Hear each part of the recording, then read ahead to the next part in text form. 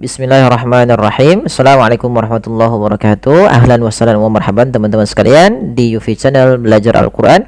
Insyaallah pada kesempatan kali ini kita akan membahas hukum tajwid di dalam surah Al-Baqarah. Insyaallah ini simple, mudah, dan insyaallah akan membantu teman-teman. Ya, semoga dapat membantu teman-teman belajar tajwid dan juga mempelajari memperbaiki tilawah dan tahsih Al-Qur'annya. Baik, kita akan baca dari ayat awal. Khusus ayat ke-7, yaitu kita kita sempurnakan dahulu ayatnya, baru kita uraikan satu-satu. Kita mulai dengan isti'adzah. A'udzu billahi minasy syaithanir rajim. Khatamallahu ala qulubihim wa ala sam'ihim wa ala absarihim ghishawah wa ala absarihim ghishawatu wa lahum adzabun 'adzim. Baik, kita mulai dengan bacaan khatamallahu. Nah, di sini lafal Allah dengan lafal yang tebal lamnya. Maka di sini kita namakan dengan lamu at-tafkhim. Hati-hati jangan menebalkan ma-nya. Ma itu tipis. Khatama, bukan khatamallah, tapi khatamallah. Khatamallah. Khatamallahu ala qulubihim. Kemudian lafal ala qulubihim, ketiga-tiganya panjang dengan lafal Allah, yaitu mad tabi'i, panjangnya adalah 2 harakat. Maka panjang Allah ala qulubihim sama. Hati-hati teman-teman di dalam melafalkan mad tabi'i. Jangan lebih daripada 2 harakat. Contoh, khatamallahu ala qulubihim. Ini terlalu berlebih dalam 2 harakat. Dia melebihi dari kadar 2 harakat. Cukup saja 2 harakat itu. Kalau nadanya agak cepat, khatamallahu ala qulubihim, gitu ya, ala qulubihim. Ya, dia mengalir panjangnya. Kemudian pada lafal qulubihim wa ala, ini ada hukum tajwid berupa mim mati bertemu waw. Apabila teman-teman mendapati di dalam bacaan Al-Qur'annya ada huruf mim mati, apapun itu, datang setelahnya seluruh huruf hijaiyah selain daripada 2 huruf mim dan ba, maka dia kita hukumi dengan izhar syafawi. Jadi intinya adalah huruf hijaiyah setelahnya selain daripada mim dan ba, karena keduanya bukan izhar, yaitu yang satu idgham mimi, yang satu ikhfa syafawi. Kemudian pada lafal wa ala sam'ihim, wa ala sam'ihim, ini sama tadi ya, mim mati ketemu ain, harus jelas. Kemudian di sini ada tanda waqaf salat. Ya, maaf, waqaf sad. Ya, kita boleh waqaf, ya, boleh, nggak apa-apa waqaf di sini, tapi asalnya adalah kita lanjutkan lagi. Ya, kita lanjutkan untuk lafalnya. Kemudian melafal wa ala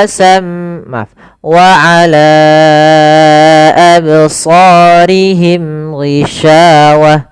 Ala absarihim.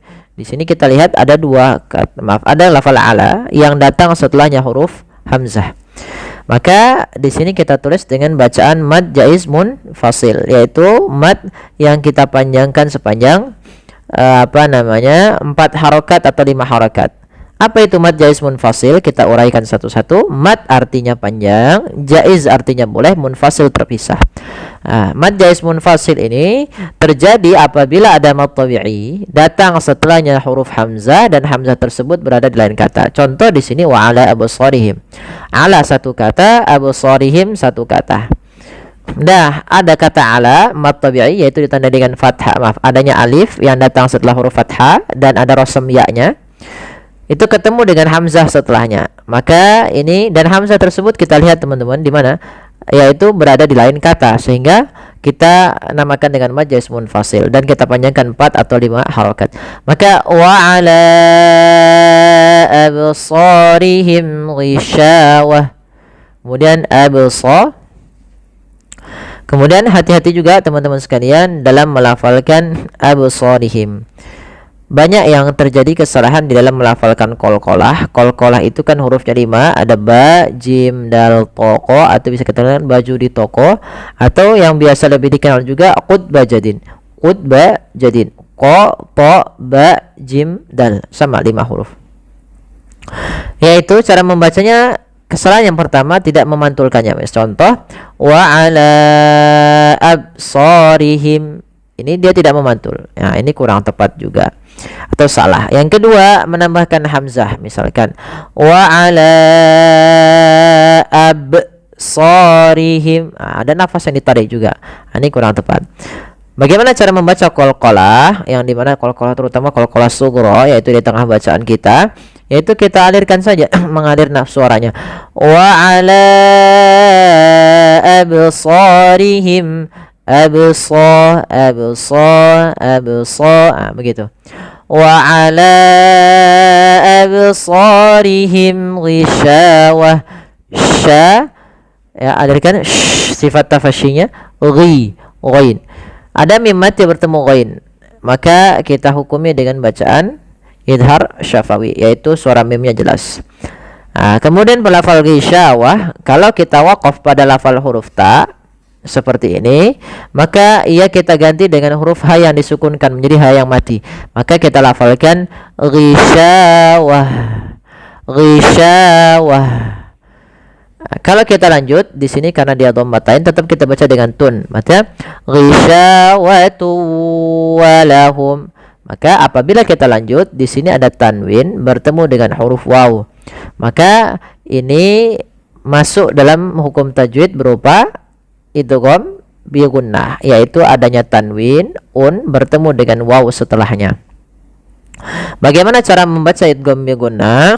Yaitu yang pertama, masukkan tanwinnya ke huruf waw sehingga suara nunnya hilang. Awalnya kan ghisyawatun walahum, kemudian suara e-nya hilang, maka ghisyawatuwa.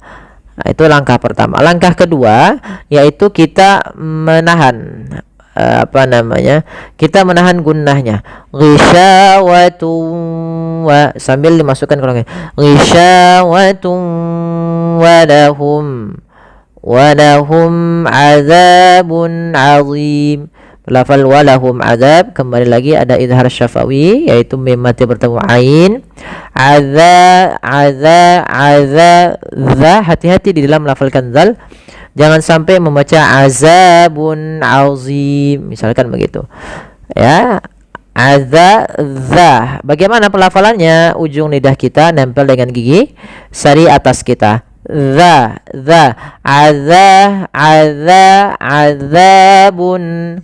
Azabun azim. Hati-hati huruf dha sama seperti zal, tapi dia lebih tebal. Dha. Ya, dha. Bukan azim. Jangan za, tapi dia azim.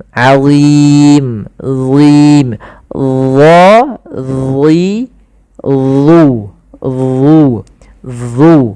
Maka azim. Walahum azabun azim.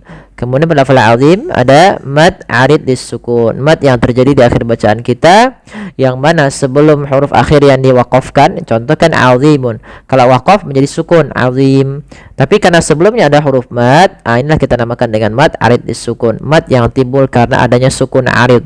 Sukunnya bukan asli, asalnya kan azimun itu kan berharokat, karena diwaqafkan maka menjadi sukun arid, maka dilamakanlah dengan mad arid disukun. Kita coba ulang dari dari awal ayatnya sampai akhirnya. Khatamallahu ala qulubihim wa ala sam'ihim wa ala absarihim ghishawatun wa lahum azabun azim. وَمِنَ النَّاسِ مَن يَقُولُ آمَنَّا بِاللَّهِ وَبِالْيَوْمِ الْآخِرِ وَمَا هُمْ بِمُؤْمِنِينَ. Baik, kita akan mulai. pada lafal wa minan nasi. Perhatikan di sini teman-teman sekalian, ada lafal nun yang berharakat tasydid. Maka apabila kita mendapati ada bacaan nun dia berharakat tasydid atau ada mim berharakat tasydid, itu kita namakan dengan bacaan gunnah. Meskipun sebelumnya di sini ada alif lam, yaitu alif lam yang menunjukkan alif lam syamsiyah, yang dimana alif lam yang dia kita tuliskan dan kita tidak baca, sehingga langsung masuk ke huruf nunnya yang kita idghamkan dan kita tasydidkan. Maka kita tahan dulu. Kesalahan yang terjadi adalah tidak menahan gunnah. Contoh misalkan wa minan nasi. Nah, itu tidak menahan gunnahnya. Harusnya ditahan dulu sepanjang 2 harakat. Maka wa minan nasi may yaqulu. Kemudian pada lafal may yaqulu di sini ditandai diwarnai dengan warna nun. Maaf apa? Huruf nun yang bertemu dengan huruf ya. Apabila ada nun mati bertemu dengan ya, maka ini hukum tajwidnya adalah hukum nun sukun dan tanwin. Hukum nun sukun dan tanwin ada 4 macam sebagaimana yang dikatakan Imam Al-Jamzuri dalam matan Tuhfatul Atfal ya. Itu ahkamun nuni sakinati wat tanwin.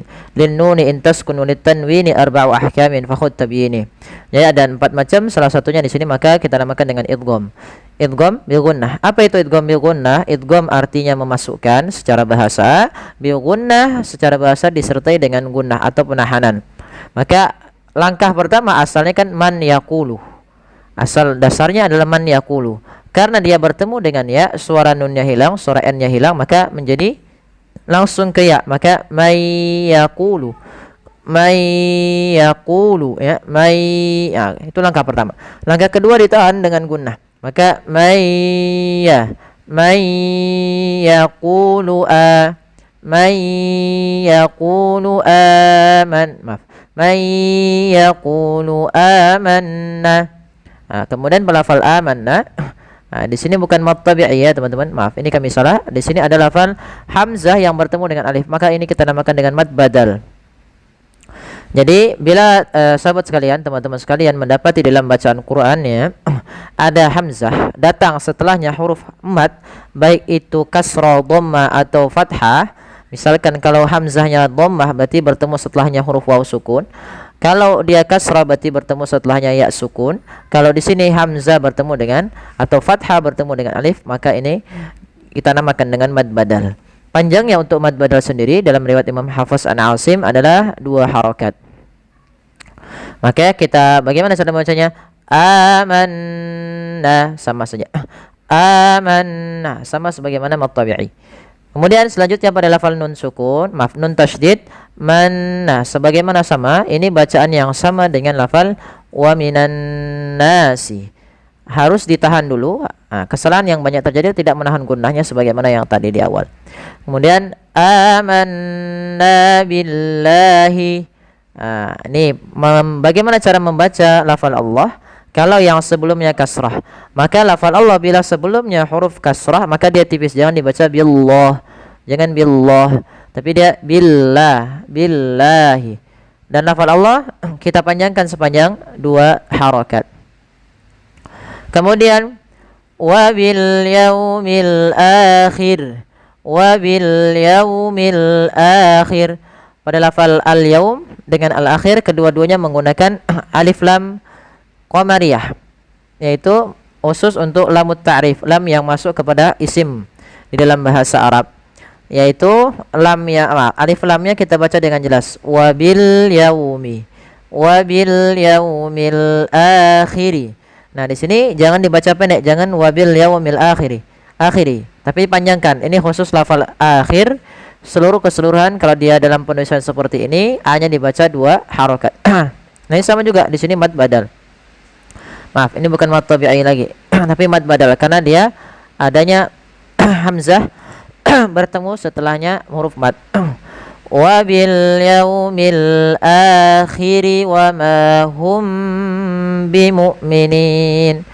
Kemudian wa ma itu mad tabi'i, sudah sering kita ulang kembali dalam bahasan sebelumnya, tidak perlu kita bahas.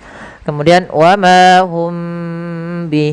Di sini ada kembali mim mati bertemu ba, yaitu hukum tajwid berupa apa namanya, mim mati bertemu dengan huruf ba.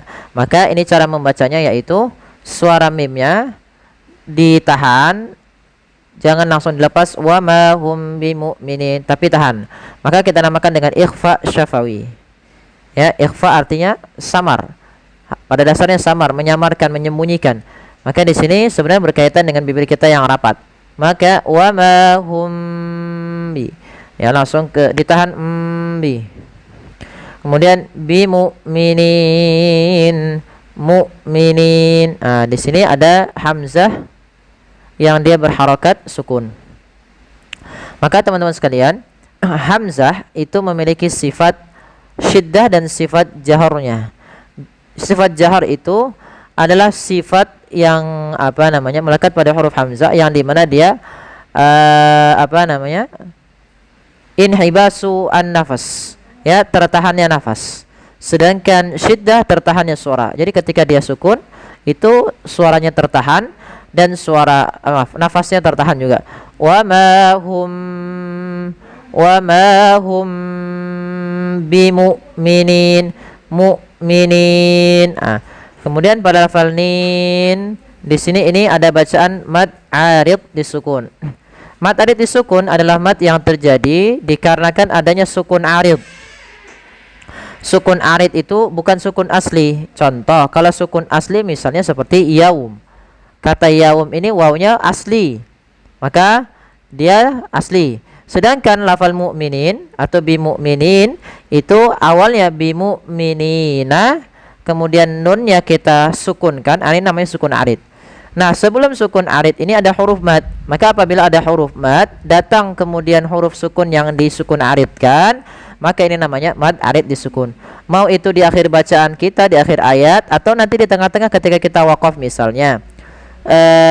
Contoh misalkan kita ambil ayat setelahnya ya.